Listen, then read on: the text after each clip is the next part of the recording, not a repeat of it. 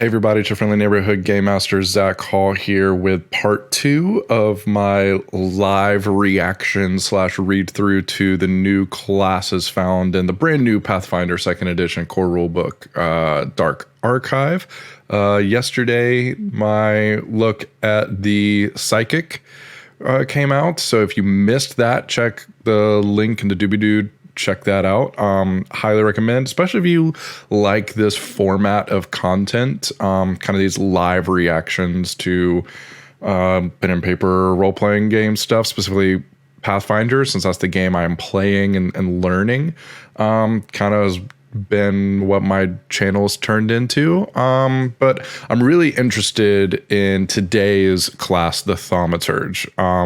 Originally, when just kind of looking at back of book and kind of seeing what the descriptors were, the Thaumaturge was the class of the two I was more intrigued in. If you've seen my video on the Psychic, you know that that class kind of blew me away and is kind of, while mainly kind of stuck to theory crafting right now. I haven't played it, obviously. I'm a GM, don't get an opportunity to play very often, though the Psychic is kind of pushing me to find a way. The Thaumaturge was the one I was looking forward to, and now I'm trying to temper expectations because the Psychic kind of raised the bar really high, and I don't want to be... I'm not going to be disappointed. If anything, if something doesn't pop to me off the page like the Psychic does, I normally chalk that up to me not understanding a core mechanic or not being able to envision and you know, back of napkin figure out what a class does and what their role is in combat. And from what I know, the Thaumaturge is a class kind of like the Magus that is something really kind of new to me, since coming from a 5e background. From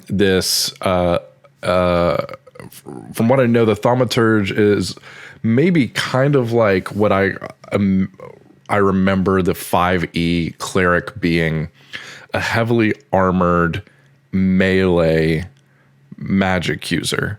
So it'd be interesting to see, you know, and start looking at. So let's just go ahead and dive in. I've got the PDF already pulled up. This is the character art for the Thaumaturge. I should have looked up what I kept calling them like epic. So Pathfinder has a character who embodies and is like the iconic. Maybe is it the iconic? This is the iconic Thaumaturge. And maybe we'll get more information about them here in a second. Let me adjust my camera. There we go.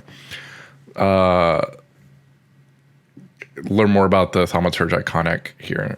So, the world is full of the unexplainable, ancient magic, dead gods, and even stranger things.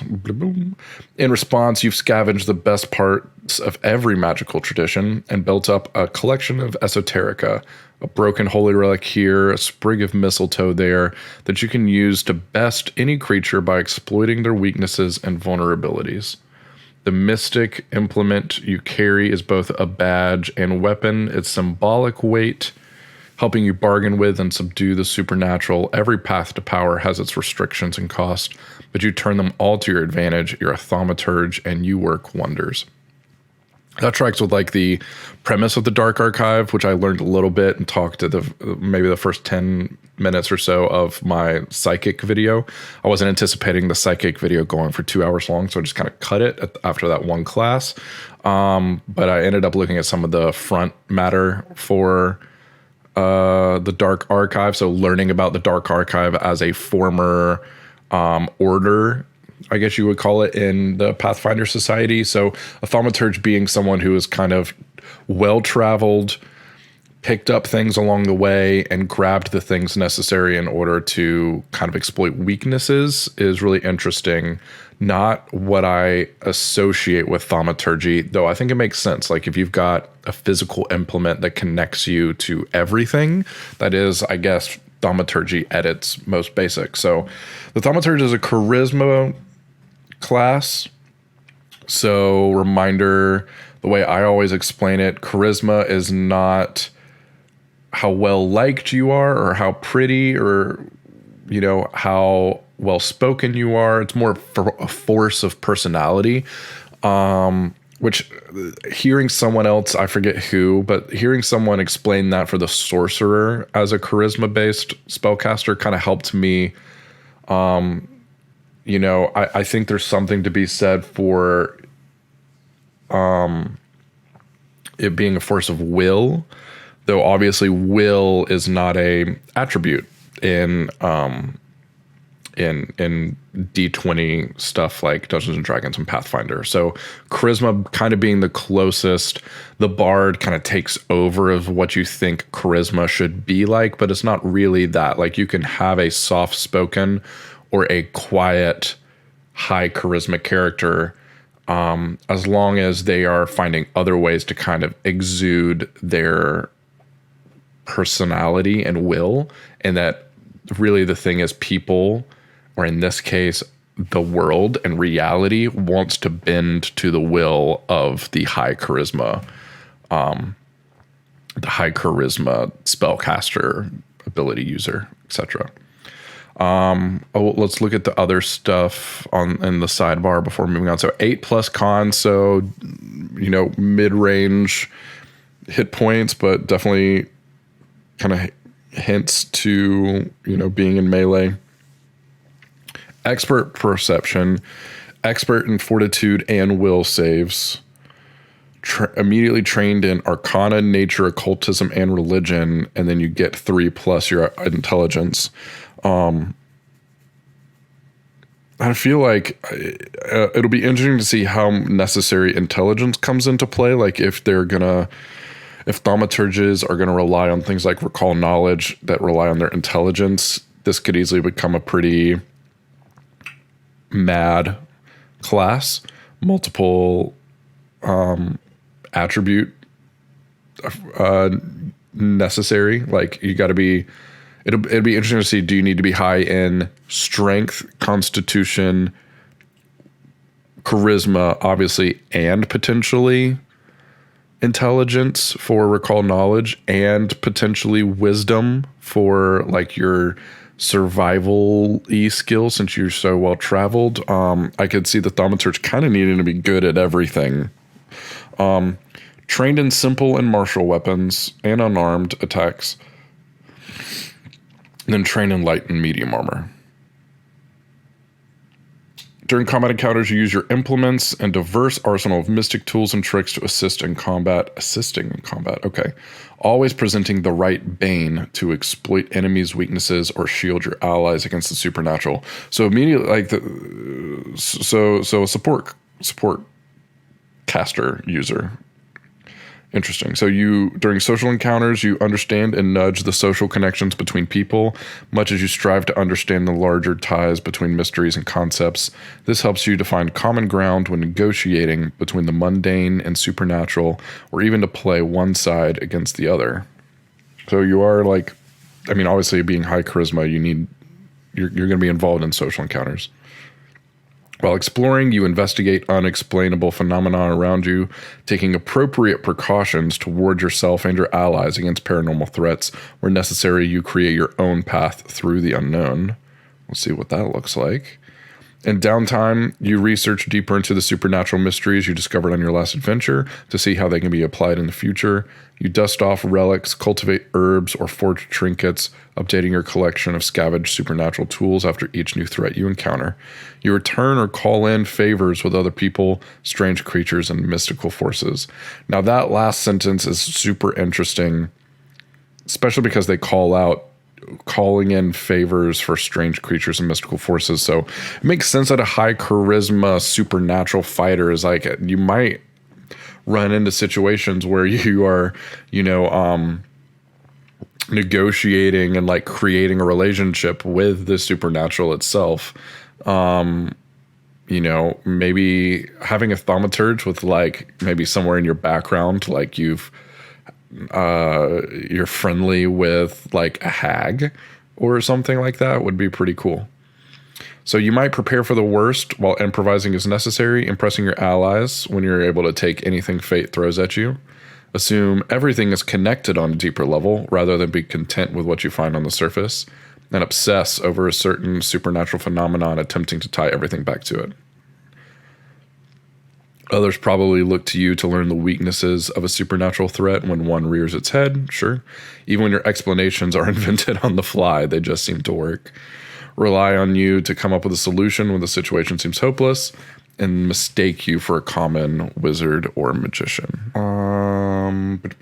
Esoteric Lore. Your experience with the unknown, as well as the tales you've exchanged with other thaumaturges, has taught you about strange phenomena of every kind.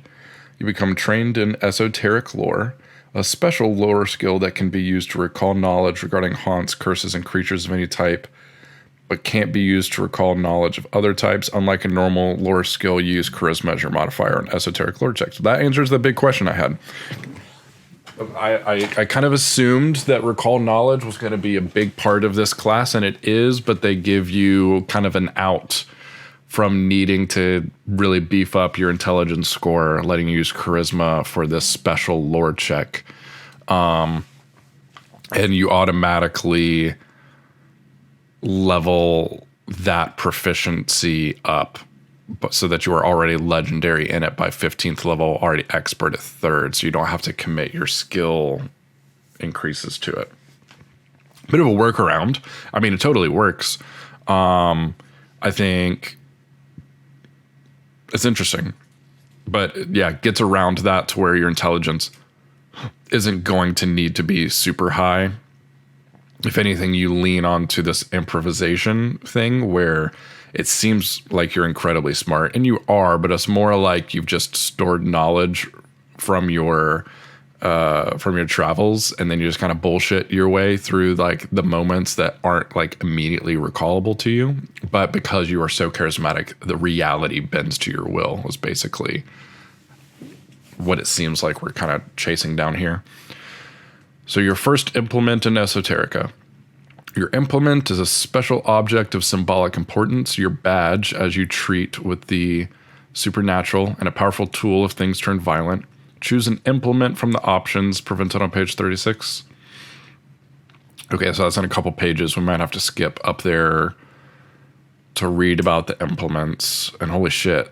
Amulet, bell, chalice, lantern, mirror, regalia, tome, wand, and weapon. Shit, that's a lot. You begin play with a mundane item of that type, and you gain the initiate benefit of that implement.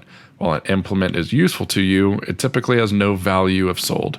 If you acquire a new object of the same general implement type, you can switch your implement to the new object by spending a day of downtime with the new item. As you advance as a thaumaturge, you will collect up to 3 implements and unlock the hidden potential stored within each, so you can mix and match their benefits to suit your situation. While your implements are your primary tools in your dealings with the supernatural, you know the value of always being prepared. You constantly collect and carry various other smaller mystic objects, bits of materials with paranormal affinities, and items used in folk practices. This is your Esoterica. These might include cold iron nails, absolutely, scraps of scrolls and scriptures, fragments of bones from a saint, and other similar objects.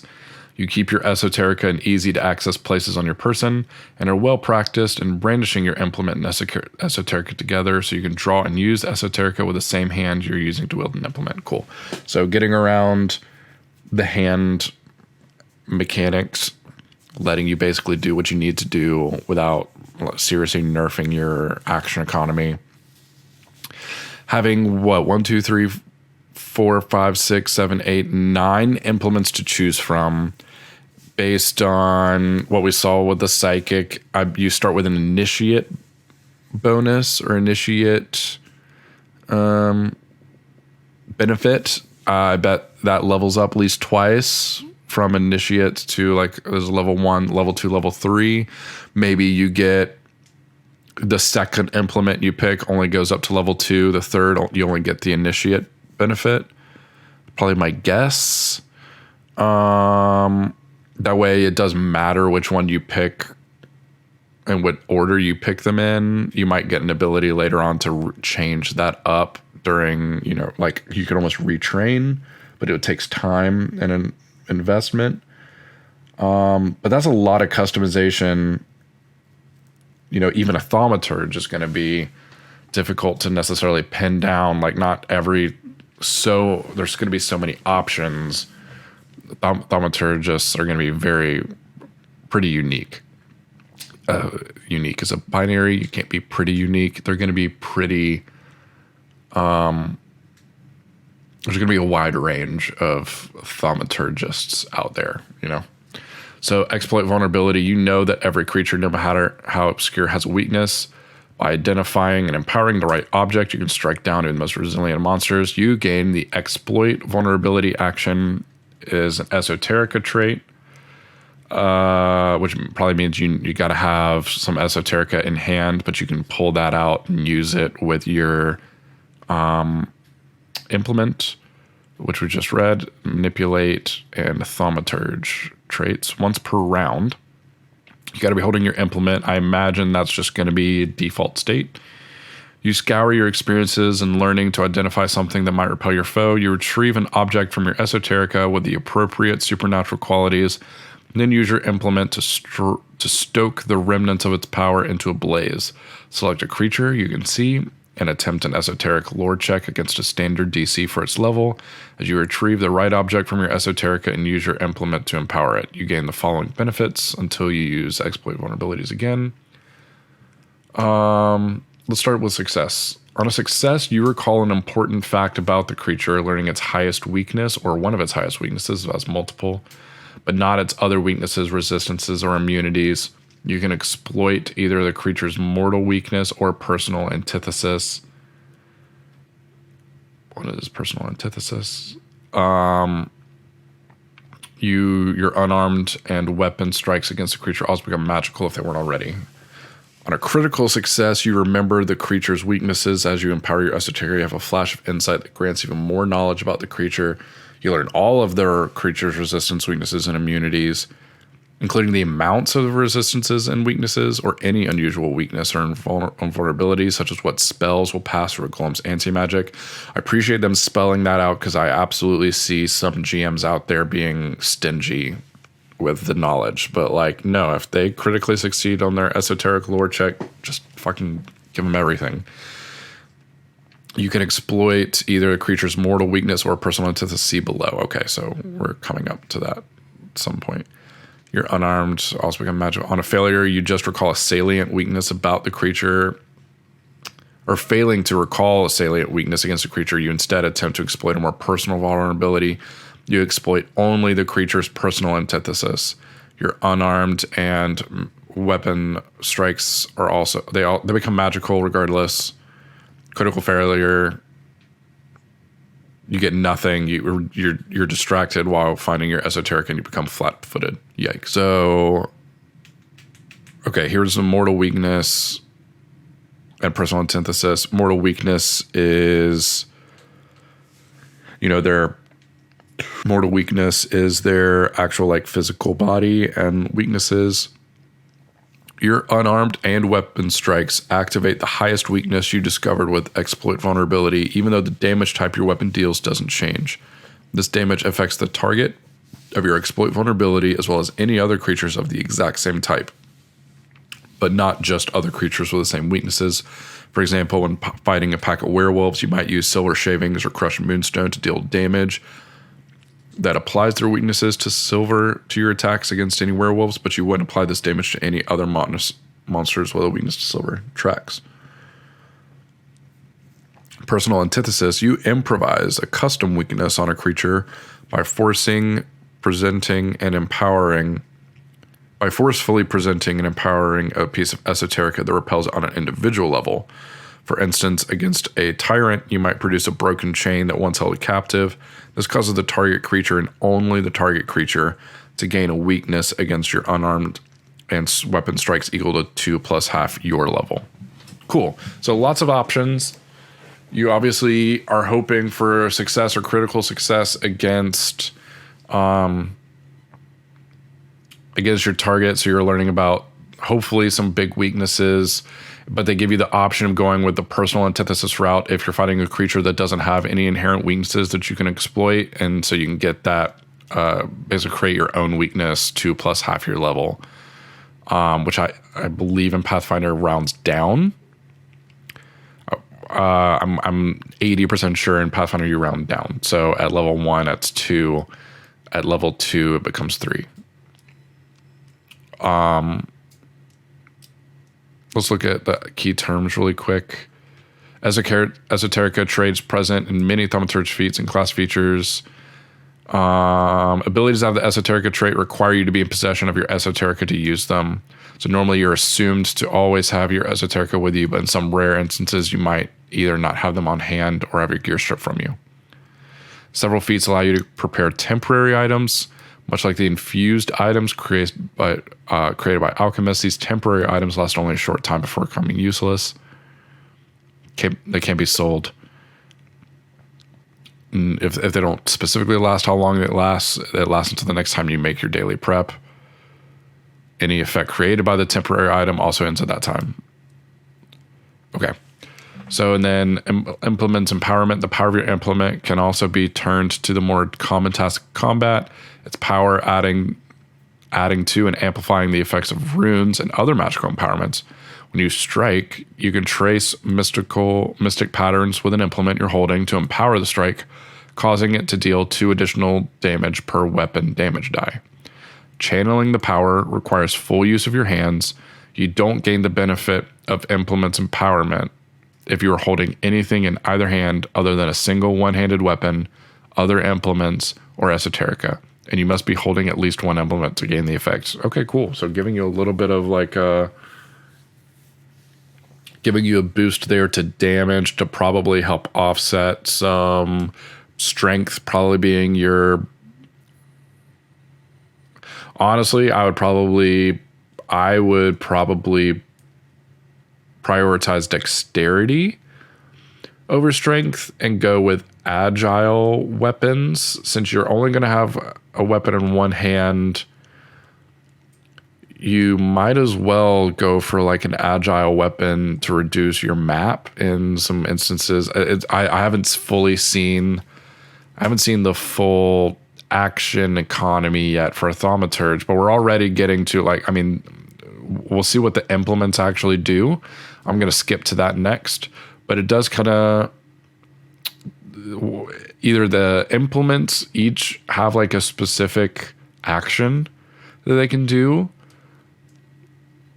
And I haven't seen... You're not a spellcaster, that's on me. I assumed that this was going to be a like Magus style... You've got spells, but you're doing melee, when in reality, you're more a melee support using supernatural stuff, but you don't seem to have any actual spell casting. Yeah, no spell casting. So I would probably go with agile weapons to reduce your map. Let's jump to your implements. And then I'll come back and look at these other feats, though it looks kind of like...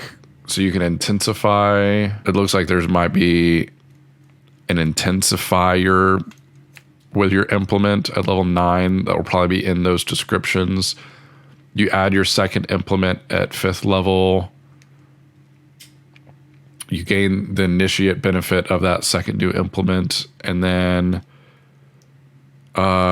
interact as a free action to swap implements. Your expert weapons move up to expert at 5th level. So let me look. I'm going to quickly look at the fighter just to compare when... Fighter's probably not a good example, but that first one that kind of jumped at my head. Fighter has 10 hit points, and they start out as an expert in simple and martial, and then they become master at 5. So you're like a full step down from fighter. What would be another... We'll look at the Magus. Magus starts out as trained in simple and martial, and then it looks like they also become experts at 5th. Yep. So seems like the same kind of weapon leveling as the Magus, which Kind of makes sense, I think. Is it the same for Rangers? It is Rangers. Rangers are also start at trained and become expert at 5. Okay, cool. Good to know. All right. In fact, Thaumaturges get the same weapon specialization at 7 that Rangers do. Spell class DC goes up at 9. Second Adept. Your second implement gets the Adept benefit. You get a third implement at 5. So I think that this is where I think I was right that they only get the Initiate benefit. Oh no, okay. So you've unlocked the last secrets of an implement. Choose one of your implements that already gained the Adept benefit. You can gain the Paragon benefit of that implement. Okay, so it does matter your order, but you can, by the time at 17th level, you're getting the Paragon benefit. It can be one of your first 2. So if you end up liking and wanting the Adept benefit more of your second implement, you can get the Paragon benefit of that, but you can't get the Paragon or Adept of your third implement. So, yeah, basically, I was a little wrong, but tracks. Level 19, Unlimited Esoterica. Your understanding of Esoteric becomes so complete, you access mystical tools without thinking. Exploit vulnerability or intensify vulnerability as a free action rather than a single. Sweet. No 20th level thing. Wait, is that? No, I don't remember. I feel like 20th level for spellcasters maybe when they get to pick a 10th level speller, but maybe it's all 19 and I'm just goofing. All right, implements. So first one is Amulet. Good luck and protection. Your Initiate benefit can shield you and your allies from harm. So Amulet is a protection implement. You gain a reaction. Amulet's ambience, not ambience, ambience reaction. The target of your exploit vulnerability would damage you or an ally within 15 feet of you, and you have to be holding your Amulet implement. You're benefiting from exploit vulnerability. You forcefully present your amulet to turn away harm. You or a target ally within 15 feet gain resistance to all damage against the triggering damage. The resistance is equal to 2 plus your level. Okay. 7th level, Adept benefit. Continued perfection or protection. When you use abeyance, choose one type of damage dealt by the triggering attack. Resistance 5 against that damage type until the start of your next turn. That increases from 5 to 10 at 15th level. Intensify vulnerability.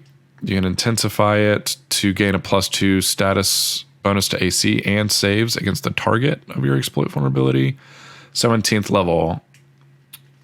Your amulet provides sanctuary even against wide scale attacks.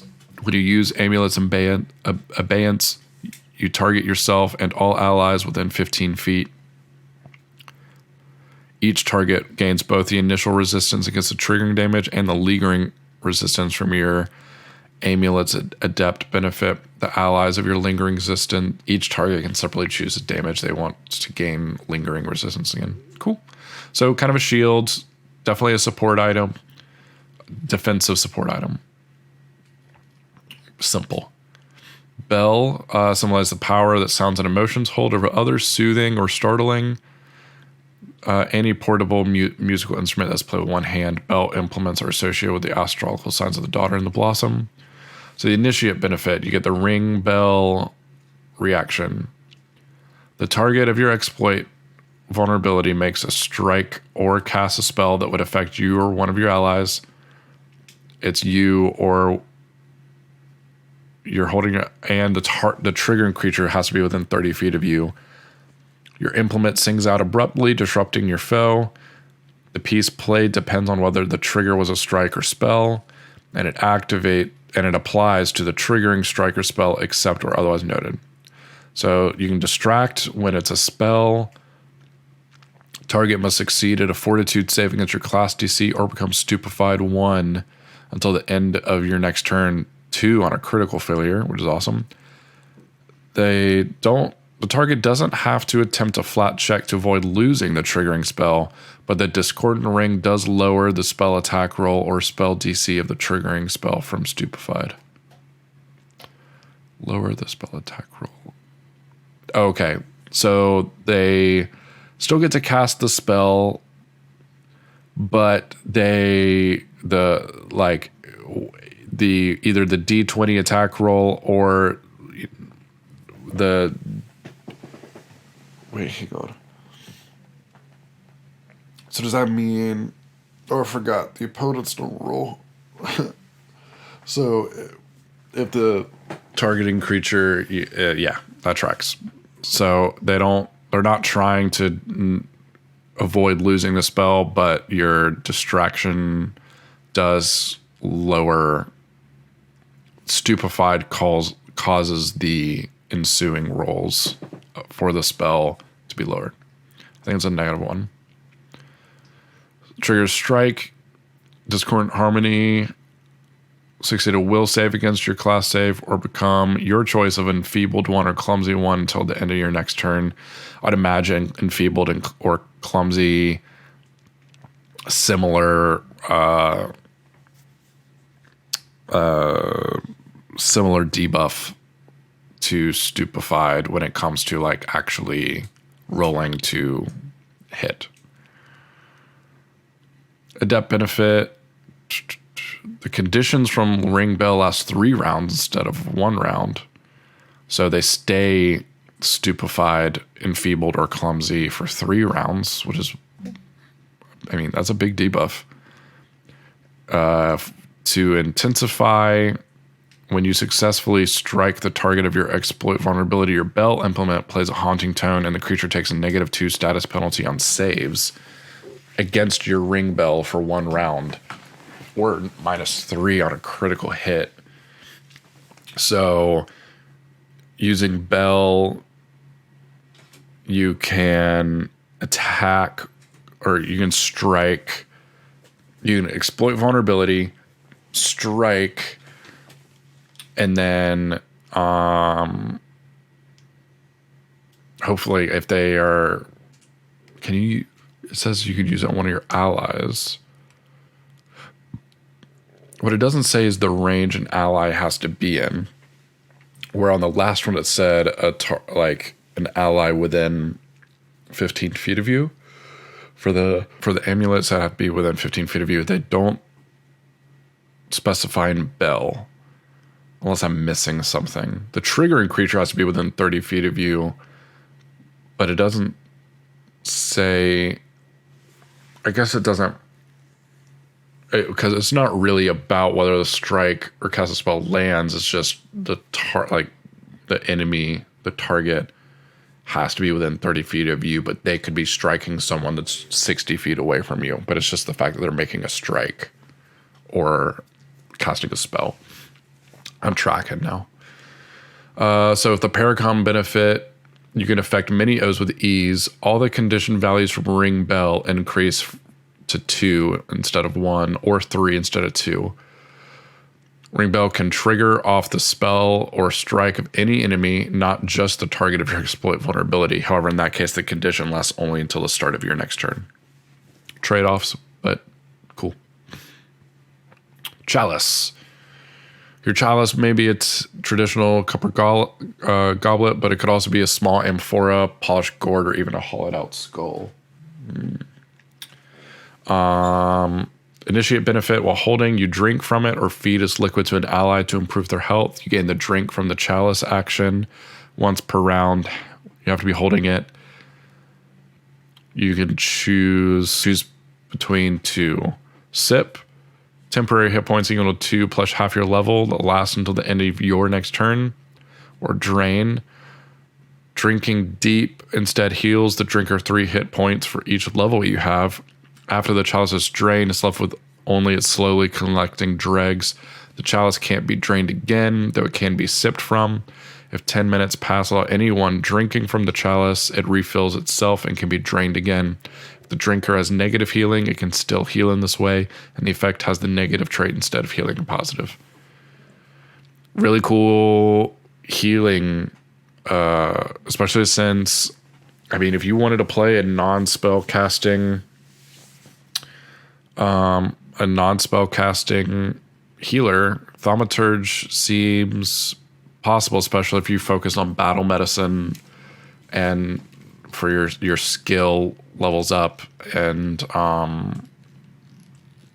skill feats. Chalice seems cool. So Adept Benefit.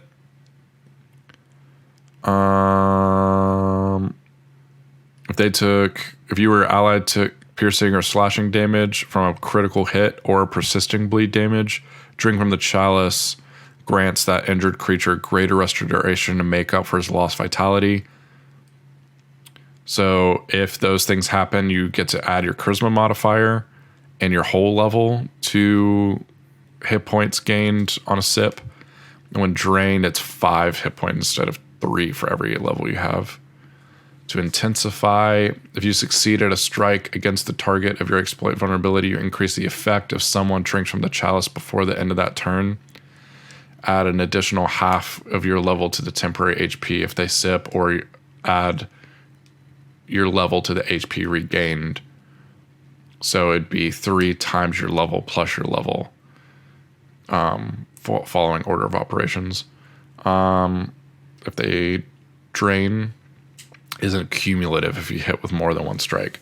So it kind of sounds like Intensify Vulnerability is giving you some reasons to be like actually in combat other than just you wanting to be useful, more useful. That's an interesting one. I think the reasons why doesn't really flow for me. Like, why does the chalice do more just because you hit someone? Where it kind of tracked with the amulet and the bell, but I understand, and it's fine. Paragon Benefit. When you are an ally, drain the chalice. The overwhelming vitality it's collected helps you overcome any ailments. Now, like, if the cup was basically like refilling itself based on, like, if it was sapping vitality from you or the people you hit, and that's why it does more healing after you've struck someone, that makes sense. Okay. Assuming that, the fiction makes sense to me there. So for Paragon Benefit, you can also reduce clumsy, enfeebled, frightened, stupefied, and stunned values by 1. Also reduce...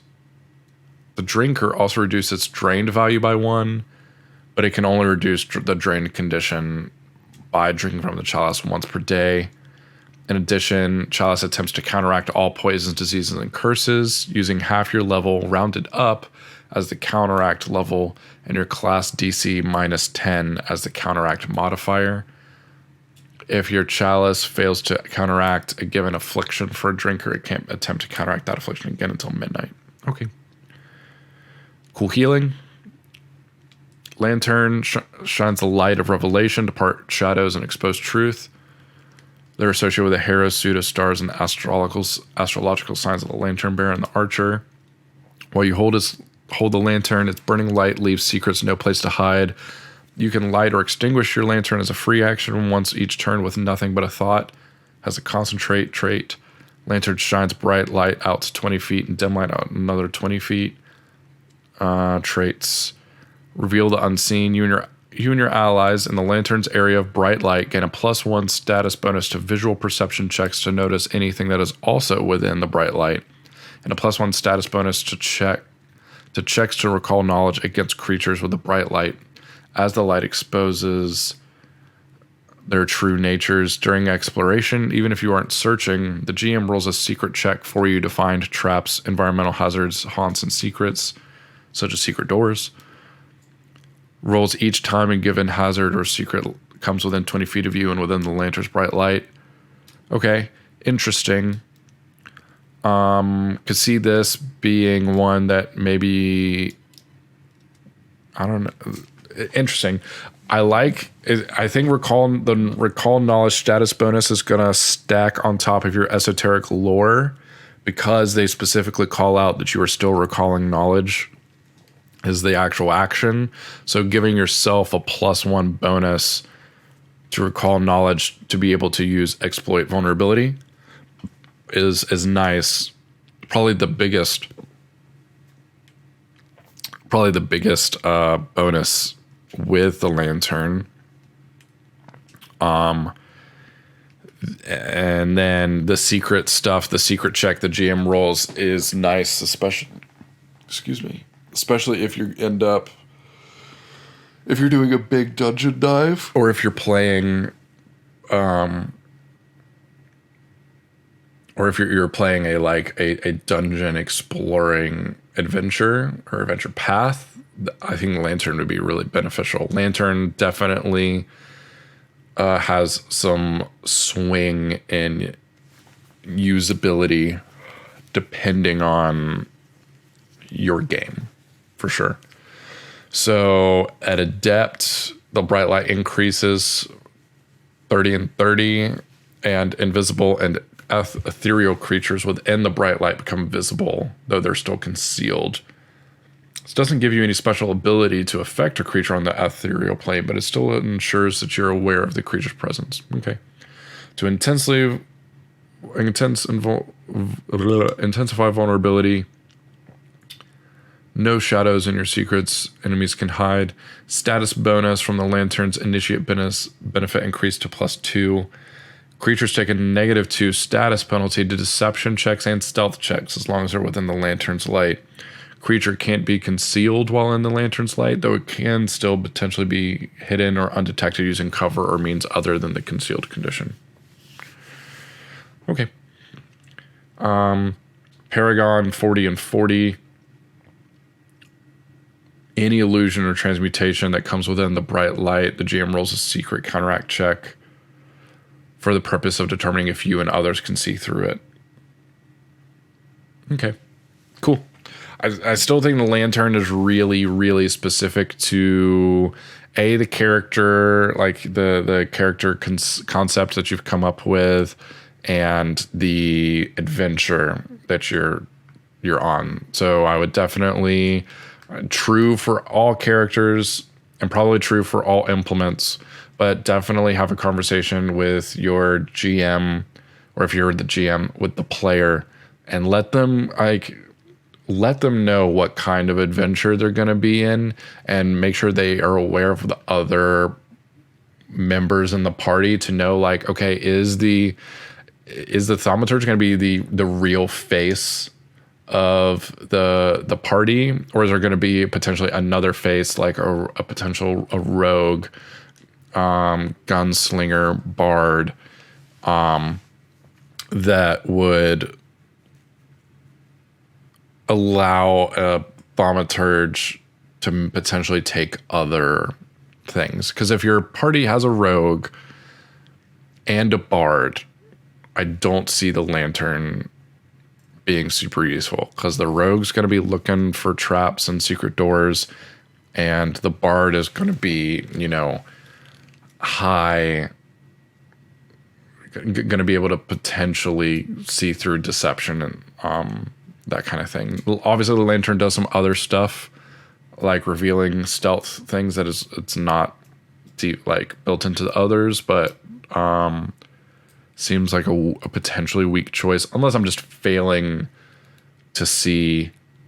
And again, the +1, potentially +2 bonus to recall knowledge checks just for your own exploit vulnerability does have an absolute benefit. I could absolutely see taking Lantern as a second implement for sure. I don't know if Paragon Benefit for the Lantern is big enough but again, if you're playing in a high political, or with a lot of Fey influence, where they're gonna be casting a lot of illusions or transmutations, maybe it is worth it. So just know what you're getting into with your adventure before jumping in. Mirror implements misdirection, illusion, sleight of hand, portable, handmade mirrors as implements so they can easily use them while adventuring. Initiate benefit. You learn how to use your mirror to protect another version of yourself whose realness is a matter of perspective. You gain the mirror's reflection action. It's a single action. You reflect an illusory image of yourself into another unoccupied space within 15 feet that you can see. You are treated as being in both spaces until the start of your next turn. For example, you can attack, seek, and provide flanking even with yourself. You occupy both spaces. Your mirror self mimics your actions exactly, but any effect you generate come from only one of your positions, and you decide which each time you act. For example, if you made a melee strike against a creature within reach of the reflection, you'd mime the actions of the strike, but only the reflection would actually make the strike. Anything that targets or would affect your reflection affects you and uses your statistics. Something that would target or affect both of you affects you only once. For example, a fireball that includes both of you in its area would require only one save and damage you no more than twice. When you move, you choose which square to move from, but the mirror effect ends. See below. Some events force you to determine which image is the real you, and then end the effect and cause your mirror self to disappear. This happens automatically at the start of your next turn. It also happens if you choose to move out of your space. Other benefits of this implement add more events that can end the reflection. The effect also ends when you fall unconscious, at which point you decide which version is truly you. Wild. Like you're opening yourself up to potentially more things hitting you because you exist in two places at once. But mirror seems like the kind of shit I would want over the lantern, for example. Again, personal choice, but this seems much cooler and more interesting with more gameplay possibilities. So at Adept, your mirror self shatters into punishing shards when damaged, while a mirror's reflection is in effect. When an enemy adjacent to one of your spaces damages you, that version of you explodes into mirror shards. This ends mirror's reflection, establishing that the remaining version of you is the real one, and deals slashing damage to all creatures in a 5-foot emanation around where your mirror self was. The damage is equal to 2 plus half your level, or the damage of the triggering attack, whichever is lower. You're immune to this damage. Could you just use mirror's reflection to basically teleport yourself 10 feet up, one space over, instead of having to climb? Like, as long as you could see. Now, I think some GMs would probably correctly say, well, you can't see the actual space. You're assuming that there's a space there, but you don't have actual eyes. So I guess you could teleport down, but not up. But you could definitely do it across. If there was a 5 or 10 foot gap, instead of jumping, you just create your mirror self on the opposite end and then start moving and decide that the mirror you on the first side is the mirror self and not the real you. Your real you's on the other side. Like, even just that is wildly cool. Shattering is wild and very cool. To intensify, you become concealed to the target of your exploit vulnerability as your mirror warps its perceptions. As normal for concealment, when your overall location is still obvious, you can't use this concealment to hide or sneak. Really cool. Now, the mirror's reflection thing is, it's inherently selfish. So, like, let me finish reading Paragon Benefit, and then I'll finish that thought. You become so skilled at reflecting yourself that you can combine making a reflection with your other movements to act right away. When you use mirror reflection, you can have one of yourselves immediately interact, seek, or strike. So you can double up, create a mirror reflection, and yeah, I think a lot of players are gonna want to take Mirror as their first implement simply because it's selfish. This is the first non-supportive implement that again depends on your party makeup. But if the Thaumaturge is going to be a damage dealer, a medium armor, single-handed damage dealer, then Mirror makes a lot of sense.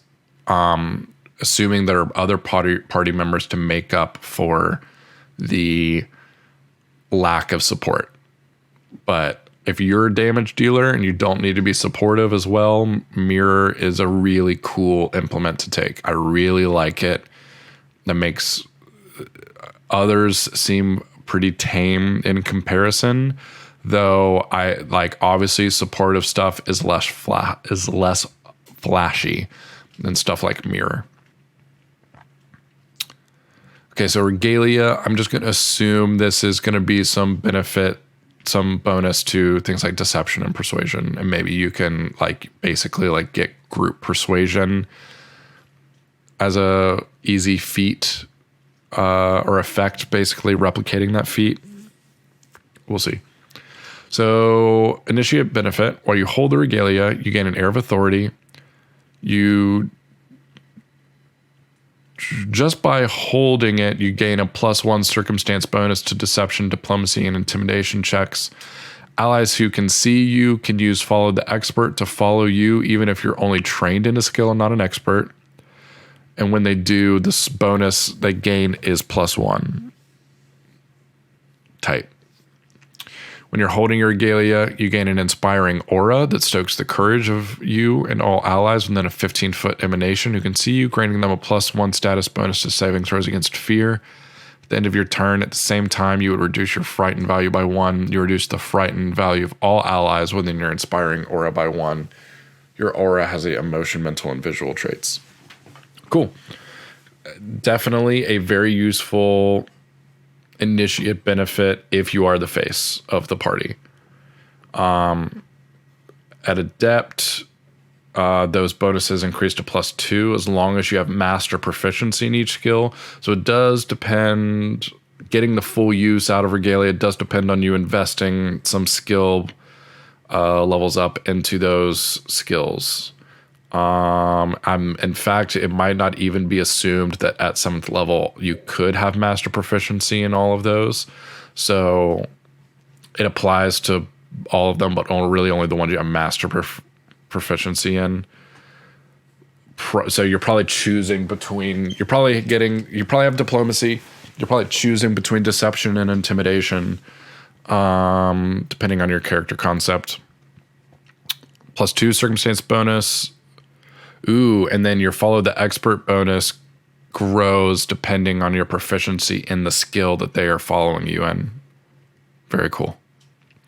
And then the Aura of Courage now applies to all saving throws against mental effects. And you and your allies in the Aura gain a +2 status bonus to damage rolls. This is super supportive, especially if you are willing to be right there in the thick of things, but very like leader, big charisma, captaining the team kind of stuff. Intensify vulnerability. Whenever you successfully strike the target of your exploit vulnerability, choose an ally that you can see. That ally gains a +1 circumstance bonus to its attack rolls against the creature until the beginning of your next turn. If it was a critical hit, +2. Cool. I like that a lot. Paragon Benefit. Your Regalia grants you the true gravitas of rulership, tying together the hearts and minds of your allies. If you roll a critical failure on a check to coerce, make an impression, or request, you get a failure instead. When others use Follow the Expert, it's a +3 circumstance bonus if you are trained, or a +4 if you're an expert or above. Allies in your inspiring aura aren't flat-footed from being flanked unless you too are flanked. If one of your allies in the aura is clumsy and feeble, the size penalty you take from is a 1 lower. Okay, really cool. I really like the Regalia. I could absolutely see it being a implement someone takes first at level 1. Just, I mean, the wide range of potential thaumaturges is wild. Like a Regalia implement thaumaturge is going to be built completely different than a mirror thaumaturge. So knowing you have to know what implement you're taking while going through the ABCs of character creation. And you really have to know like what kind of role, what kind of stuff do you want to do in combat situations and social encounters. And you got to pick an implement that kind of enables you there. So requires a little more forethought on your end if building this character. So Tome, it's a book. So you while holding it, you get a +1 circumstance bonus to all skill checks to recall knowledge. During your daily prep, you can become trained in 2 skills of your choice, and you retain that benefit as long as the tome's on your person, even if you aren't holding it. At 3rd level, you become an expert in one of the skills, trained in the other. 5th, you're an expert in both. Since the proficiencies are temporary, you can't use them as a prerequisite for a skill increase or a permanent character option like a feat. Yeah. Super cool. Just so different, you know. But like that, a tome is absolutely one that I would be really tempted to take second, simply because even just having it is going to be a huge boost. And I could see that being a worthwhile multi-class thing. Like if you're thinking about multi-classing, taking a dip into Thaumaturge, just to be able to pick an implement and gain the benefits of the implement, like, you know, the tome is definitely worth that, I think. At Adept, while holding the tome, attempt to recall knowledge about a creature of your choice that you're observing. If the check succeeds, you gain a +1 circumstance bonus to your next attack roll against a creature before the start of your next turn. Your temporary skill proficiencies also kind of master or like level up. So Adept, you do all of a sudden Adept, or with the Adept benefit, a tome implement for a melee fighter becomes pretty useful, especially like it just ties into recall knowledge for exploit vulnerabilities pretty well. Giving that +1 attack roll isn't nothing. To intensify, your tome's power not only reads a creature's present, but even records its future actions. When you use intensify vulnerability, roll a d20 and set the result aside. At any time until the start of your next turn, you can use the d20 result you set aside for an attack roll to strike the target of your exploit vulnerability instead of rolling a new 20. This is a fortune effect. Yeah, that's cool. I've seen that before in a 5th edition subclass, I think. Can't remember which one off the top of my head, but seems really cool. At Paragon Benefit, in addition to the other benefits, your tome's information alerts you to ambushes and attacks from your foes. While holding your tome, you can always roll a skill check for initiative against creatures or haunts using Esoteric Lore. If you do, you gain a +3 circumstance bonus to your initiative roll. All right. Paragon Benefit seems tame, especially for something that you don't get until 17th level. So I don't know if Tome would be one that I would get the Paragon Benefit for. Again, unless you've built a melee attack user that, and maybe I'm not seeing a what would you call it? I'm not seeing a play, a sync up, a synergy. That's the word I was looking for. I'm not seeing a synergy between Tome and something else that would push Tome over the edge. Now, of course, we haven't even gotten to like feats, so there could be feats that change these up a lot. How many more? Wand, and that's it. Okay, cool. Yeah, wand and weapon. Wands are, yep, we know what wands are. Wands slowly collect ambient magic, which you can project at a foe in a barely controlled display of charged energy. When you gain this implement, choose whether your wand is attuned to cold, electricity, or fire. You gain the fling magic activity. You fling magic energy at a target within 60 feet, dealing damage equal to 1d4 plus your charisma modifier. With a basic reflex save against your class DC. Damage is of the type you selected when you gained your wand implement. At 3rd level and every 2 levels thereafter, the damage increases by 1d4. You can expend more energy than usual to boost the effect of your fling magic, dealing d6s instead of d4s. After you do so, the wand takes 1d4 rounds to recharge, during which you can't boost the wand's damage but continue to fling magic normally. If you critically hit with a strike, your wand recharges immediately as it draws in power from the clash. This activity has the trait corresponding to the damage type you selected. Sure. Wand, super cool. I can absolutely see a wand implement Thaumaturge. That immediately kind of just makes sense if you're going to be a combat-oriented Thaumaturge. Being able to, because it's not a strike, so this isn't affecting your map at all. So if you're in position, you can stride or strike with that first action and then fling magic. 1d4 plus your charisma modifier, assuming you've maxed out to 18. 1d4 plus 4, and then immediately going to 2d4 plus 4 at 3rd level and continuing to grow that is not nothing. And then I think you could really optimize a wand implement really strongly.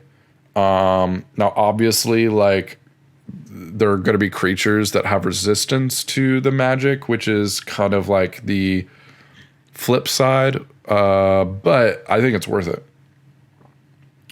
And now I guess another negative is that they just take no damage on a basic reflex. So there's always the option that they just succeed on the save and nothing happens. But pretty cool. Adept Benefit, you gain versatility and additional benefits when you fire your wand. Range increases to 120 feet. You can choose a second damage type. Whenever you fling magic, you can select between either. It also has an additional benefit. If you're doing cold, they become chilled, taking a -10 status penalty to speeds for a round. Electricity, target is shocked, becoming flat-footed until the end of your next turn. Very strong. Lots of synergies with flat-footed there, I think. Fire, target catches flame, taking a d10 persistent damage or 2d10 on a crit fail. If you have the wand Paragon Benefit, this increases to 2d10 persistent fire or 4d10 on a crit fail. Nice. And to intensify, when you fling magic to damage the target of your exploit vulnerability, you deal additional damage equal to 1 plus the number of damage die. So it does scale, but not huge. But every one is something. Paragon Benefit, increased versatility, 180-foot range. You can choose between all 3, so you get access to all 3 of those different effects. And then whenever you fling magic, you can choose a target of a single creature or affect all creatures in a 20-foot burst. Damn, Wand is a really strong first or second implement to take to get up to Paragon if you are thinking about those super high 4th tier character builds. All right, weapon implements are the most direct and confrontational. You can choose only a one-handed weapon as an implement, which allows you to channel energies into your weapon as well as hold your other implements while you gain them. Weapon implements are associated with the hero suit of hammers and the astrological signs of the rider and swordsman. As an initiate benefit, your weapon trembles slightly in your hand, seeking out your foe's weakness to it and interrupting their actions. You gain the implement's interruption reaction. At 5th level, when you gain thaumaturgic weapon expertise, your instinctive knowledge of your weapon also grants you the weapon's critical specialization effect. So as a reaction, when the target of your exploit vulnerability uses a concentrate, manipulate, or move action, or leaves a square during a move action it's using, and you're holding your weapon implement. So attack of opportunity with disrupt on a critical hit. And it doesn't count towards your map. Yeah, cool. It really does, like, I mean, you definitely become a very, for lack of a better word, adept melee combat character. So at Adept Benefit, you can bring close misses. Close misses bring the weapon close enough to do harm. When you use implements interruption and fail, but don't critically fail, you still deal one damage of the weapon's normal type, possibly applying any bonus damage due to the target's weakness. Oh, because while your weapon damage won't change, you're triggering a creature's weakness. So even on a miss, you do at least 1 damage of the damage that they are weak to, triggering all the additional damage that they are weak to. Cool. I like that. Really cool. I'm seeing the synergy, a basic synergy, but it all works together, which is cool. So when you intensify, +1 status bonus to attack rolls against the target of your exploit vulnerability, Paragon Benefit, you now disrupt the triggering action on a hit rather than needing a critical hit. So weapon, super basic. If you like the flavor of a supernatural, knowledgeable hunter melee user, but don't really want to think too hard, weapon implement Thaumaturge is totally available. The Thaumaturge, in not only is it a wide range of just options, because of those options run the gamut from easy to understand for new players to lots of options for system experts who like to not game the system, but you understand what I mean. Optimize heavily. Very cool. So there's a feat that allows your Thaumaturge to be a range user, so you don't just have to be it just has to be a one-handed weapon. It could be ranged or melee, but ammunition Thaumaturgy, absolutely probably a requirement, because you can interact to reload while still holding your implement. So one-handed crossbow, or a gun. A gun-toting, a wand implement pistol-carrying Thaumaturge.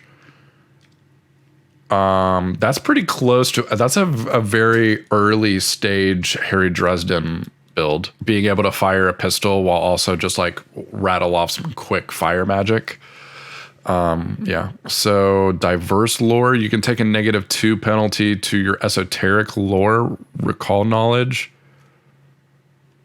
Oh no, you can take a -2 penalty to use recall knowledge with esoteric lore about any topic. It's just a -2 penalty because it might not be true. Additionally, when you succeed at your check to exploit a vulnerability, compare the result of your esoteric lore check to the DC to recall knowledge for that creature. If the number would be a success or critical success, you gain information as if you succeeded at the recall knowledge check.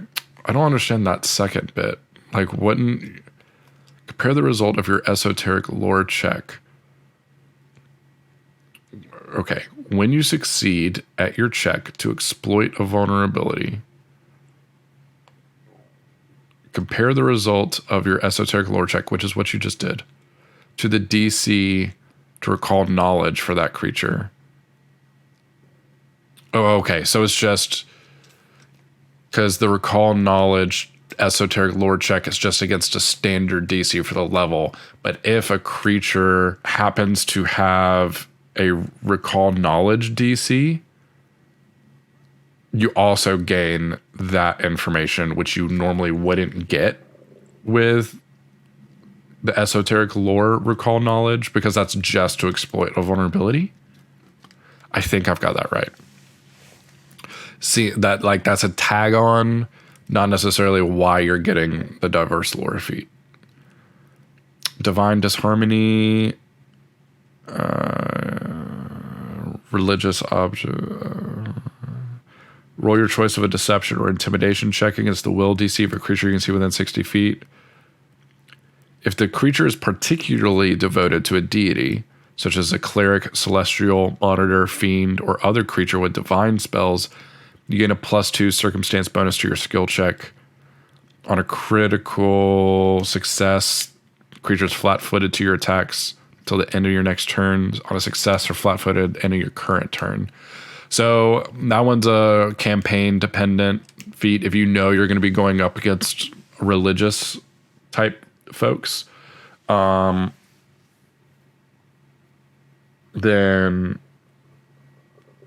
Divine Disharmony might be worth taking. Ooh, you can get a familiar. Even when you aren't searching while in exploration mode, the GM rolls a secret check for you to notice haunts that would normally require you to be searching. Campaign dependent. Root to life, 1 or 2 actions. Many primal traditions connect flowers and plants with the boundary between life and death, and you can leverage this association to keep an ally on this side of the line. You place a small plant or similar symbol on an adjacent dying creature, immediately stabilizing them. The creature is no longer dying and instead unconscious at 0 hit points. If you spend 2 actions, you empower the act further, gains the auditory action, but when you do so, flat checks to remove each source of persistent. Gotcha. So you can remove persistent damage to keep them from getting the dying condition more. So Root to Life is absolutely a good one if you're going to be a healer. Cup Implement, Amulet, Lantern, Scroll Thaumaturge. You get access to activating scrolls. Any magical tradition, which is really cool. That one I would talk to your GM ahead of time to make sure that your GM is going to be giving you lots of options to get scrolls. Either purchasing them, make sure you're in a big city, that the GM's prepared to have a scroll or magic shop that you could purchase from regularly, and that they are putting scrolls and loot and treasure for you to find. Should be doing that anyway, but have that chat beforehand. Call implement action. You have a free hand. You can tug on the bongs of ownership between you and your implement, causing its way to find back to you. You look down and find that your implement has just mysteriously appeared in your free hand. As long as the implement was within a mile and on the same plane of existence. If your implement is attended by another creature, that creature can prevent the implement from teleporting away if it succeeds at a will save against your class DC. If the creature succeeds, you can't attempt to call the implement again. Very cool. Like that could be really useful for weapon implement. Useful for any, but especially weapon, even just to be able to have, your gun, crossbow, or sword back at your hand within a single action. It wouldn't replace draw, but useful. You can get an enhanced familiar immediately at level 2. So Thaumaturge is immediately a viable familiar class if you love familiars. Familiars with a potential melee user. So if you want to be in combat but also have a familiar, like Thaumaturge is absolutely way to go through feats. Esoteric Warden, when you apply Cool material against a creature successfully. You also ward yourself against its attacks. So when you succeed to exploit a vulnerability, gain a +1 status bonus to your AC against their next attack, and a +1 bonus to the next saving throw against a creature. Tight. Talisman Esoterica. You can create temporary talismans. You have to know the talisman's formula. So we talked about that with the temporary item sidebar thing. But you automatically know all the formulas for all common talismans in the core rulebook of your level or lower. You don't need a formula book for them. Cool. I'd have to look at talismans to see like how useful that is, but like if you want to be a crafty Thaumaturge, like really good with your hands, Talisman Esoterica seems really nice. Turn away Misfortune, reaction to attempting a roll affected by a Misfortune effect. You can perform a superstition like casting Salt over your shoulder to ward off bad luck. Turn away Misfortune's fortune trait cancels out the Misfortune trait, causing you to roll normally. As normal, you can only apply one fortune ability to a roll, so if you turned away Misfortune on an attack roll, you couldn't also use an ability like Halfling Luck to alter the roll farther. Sidebar, I just really like that Paizo spells some shit out like that. While you, like that is assumed because there is rules around fortune abilities already established, but just the idea that like, no, let's spend an extra 50 characters to spell this out for both the player and the piece, like the player and the GM themselves, so that someone doesn't just assume something and then, you know, you have to like bat it down, say no to it later on. I really dig that. So I'll just kind of skim through these because I'm starting to get like a pretty good feel for it. One more activation looks really cool. Being able to activate an item you've already invested in that day, like past its maximum number of times. That's really cool. Paired link is cool. Being able to cast an effect your ally at a range of 30 feet instead probably pairs really well with Amulet, since that has a specific range of 15 feet. Growing that to 30 is definitely an option. So the Scroll Thaumaturgy is a skill or a feat line, so you can kind of increase that by creating a single temporary scroll containing a first level spell of any tradition. Has to be common. But basically give it, like, if you want to be able to cast very minimum amount of spells with your Thaumaturge scroll, the scroll line seems cool. And then just some additional bonuses that you can kind of do. Familiar is absolutely like it seems like you've got the full gamut of feats growing with for your familiar. So familiar would be really, really cool. And then some of these other feats are just kind of I'm seeing several of these that are lines. So 7-part link being go from 1 to just like 7 parts. So basically your entire party plus some allies, which is really cool. You can disrupt magic with a strike, like counteract active spells. Even more grand scroll stuff. Implement assault, 3 actions. Make a strike with your weapon against each enemy within 30 feet of you. You don't increase your map until after making all the attacks. If your weapon's a melee weapon and any of the attacks are outside your reach, you release the weapon before the strikes and it returns to your grasp after all of them. If your hands are full when the weapon returns, it falls to the ground in your space. That's wild. Very wild. Really cool. But that's the high level shit we love, right? So 20th level, if you've gone with the share weakness line, you've nurtured your bonds with your comrades, allowing you to share the benefit of your Esoterica. When you use Exploit Vulnerability and choose Mortal Weakness, select any number of allies within 30 feet of you. Their strikes applies to weaknesses the same way your strikes do. Tight. Unlimited Demesne. Prerequisites, the Thaumaturge. What is the Desmene? Did I miss that completely? Probably because I don't know what Desmene means. Am I missing something? I don't see... here it is. 12th level. You've claimed... This is uncommon. You've claimed an area or location as your Demesne, granting you the ability to ward and protect it. When you select this feat, choose a Demesne, an area of no more than 2,000 square feet. You must legitimately own the area, or if it's a public area, you must lay claim to the area without anyone contesting it. Once you've chosen your Demesne, it's automatically protected by an arcane private sanctum spell with an unlimited duration.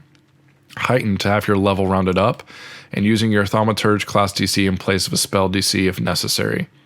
Additionally, the Demesne is attended by 3 unseen custodians as a successful unseen custodian ritual, and 1 object in the area gains an elemental signal as a successful elemental signal ritual from APG and Secrets of Magic.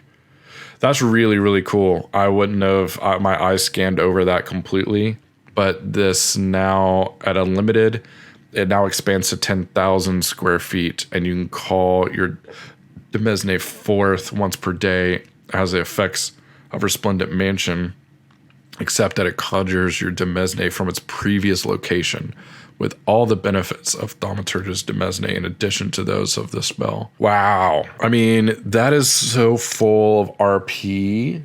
Like, that's one that you can't know if you're going to need it and take it or not until that 10th or 12th level when you're going to be taking that feat. But like, especially if you end up taking or playing in an AP, I think most people get access to like a layer, quote unquote, for spoiler reasons in Age of Ashes. By 12th level is very possible for you to like own a place. I could also see, at 12th level, you are a hero of the realm or at least an area for the most part. If you started out at a small town, Sandpoint from Rise of the Rune Lord, as an example, and you've stuck around and the people know you and you talk to people about it and you want to become like, I want to become this town's protector and claim it as mine, and I can protect you with this forever as long as I live. I could see you using Demesne on like a town like Small Point. I mean, 2,000 square feet, that's a home. But at 20th level, as like in your like epilogue post campaign notes, taking unlimited Demesne to protect an entire town. 10,000 square feet. I'm probably really shortchanging how much that is. At 20th level, shit. As a GM, I'd be tempted to allow you to use it on a small village. Wonder Worker, as long as you're legendary in one of the spell casting skills, so you'd have to kind of be doing that. You're probably going along with Scroll Esoterica. You now cast a spell of 8th level or lower, 1 to 3 actions to cast. It has to be common. Any tradition that is associated with the skill. Use your Thaumaturge class DC. Sweet. Really cool. I'm not going to worry. I didn't look at the archetype. I'm sure it's cool. I'll look at the Thaumaturge archetype, I guess. You have to be Charisma 14. You could choose an implement. You can use it to glimpse vulnerability. Oh, but you don't gain its benefits. You also gain Esoterica, glimpse vulnerability, So a smaller bit of a smaller exploit vulnerability or learn vulnerability, whatever it's called, and you don't get access to the initiate benefit of your implement until level 6. Still, though, I'm sure there's some folks out there with some great insight into synergies with other classes for the Thaumaturge multi-class archetype. But all right, that was really cool. I like the Thaumaturge. It is simpler than I thought, but a beginner could absolutely play a Thaumaturge depending on the implement that they choose. But there's also a ton of gaming that I know some really knowledgeable people could play with a Thaumaturge. It's interesting the space that it exists in. It doesn't really excel at anything besides being able to, at higher levels, switch from, say, a supportive defensive implement like the Amulet or Cup to more aggressive offensive like wand, weapon, mirror. Being able to swap those freely really does make you feel like you have a lot of options, but just takes a while to get there. But flavor-wise, really cool. I can see the fiction of the class 100%. I am sure there are synergies that I missed that you are aware of. So if you know some that I just missed, or if I got anything completely wrong, like really, really wrong and didn't correct at all in this hour and a half long video, leave a comment down below. Let me know your thoughts. Are you excited to play the Thaumaturge? I think the Thaumaturge is really cool. I could totally see some character concepts benefiting from the Thaumaturge. Not as excited about it as the Psychic. If I had to rate these, which I don't do, but it just popped in my head, so here I go. I think the Psychic's a 10 out of 10 class. I don't know any other, like, I've not ranked all the classes, so I'm not really saying that from a place of a lot of forethought with a actual like system in place, but the Psychic is a 10 out of 10 for me. Thaumaturge is a solid 7 to 8 out of 10, mainly because of how flexible it is and that I can see there being a learning curve to it, but it is a slow learning curve because of how the implements and their benefits come about as you level up, to where a beginner could absolutely start playing at level 1 with wand or weapon, and as they level up and learn the system more, feel more comfortable taking maybe more complex implements like mirror, lantern, regalia, that kind of stuff. Really cool, and could really see how this could grow. I feel like both the Psychic and the Thaumaturge, there's room for home brewers and third-party publishers, Pathfinder and Infinite writers and creators to create some additional stuff for each class, whether it's the unseen or unconscious and conscious minds for the Psychic, or implements for the Thaumaturge. You could create a couple of new implements for the Thaumaturge to do stuff that maybe there's a gap that you wanted that an implement doesn't exist for. I think there's some creativity there for the community to come around both the Psychic and the Thaumaturge too, which is exciting. Nope, I'm going to stop. Some of you might have known where my head was just going. I'm just going to stop. Not a place for this video. So if you liked this video, if you liked this live look through the Thaumaturge and are interested in seeing more, why not like the video and hit the subscribe button? I do content similar to this very frequently, especially when new content from Pathfinder comes out. I'm preparing a new AP to run for my group. We're about finished with the beginner's box. So if you're in a similar spot as a GM interested in learning more about the beginner's box, I've got a couple videos on it. If you're interested in kind of that transition, preparing how to prepare for a campaign in Pathfinder 2e, get subscribed and stay tuned, because I've got content around my preparation and how I play coming really soon, in the next couple months or so. If there's more content that I've missed that you would like to see from me, leave me a comment and let me know. Would love to create more content. I've really enjoyed doing the Sidekick and Thaumaturge videos this week. I found some software that helps me edit these videos lightning fast compared to how I used to. So it makes me a lot more it's a lot more viable for me as a dad of a toddler and a full-time worker to have the time to do these more creative and YouTube video stuff. So if there's more stuff you want to see, whether it's another RPG that you want me to do like a live read through or some more Paizo Pathfinder content, let me know in the comments. Thanks for watching. Hope you enjoy playing. Talk to you soon. Peace.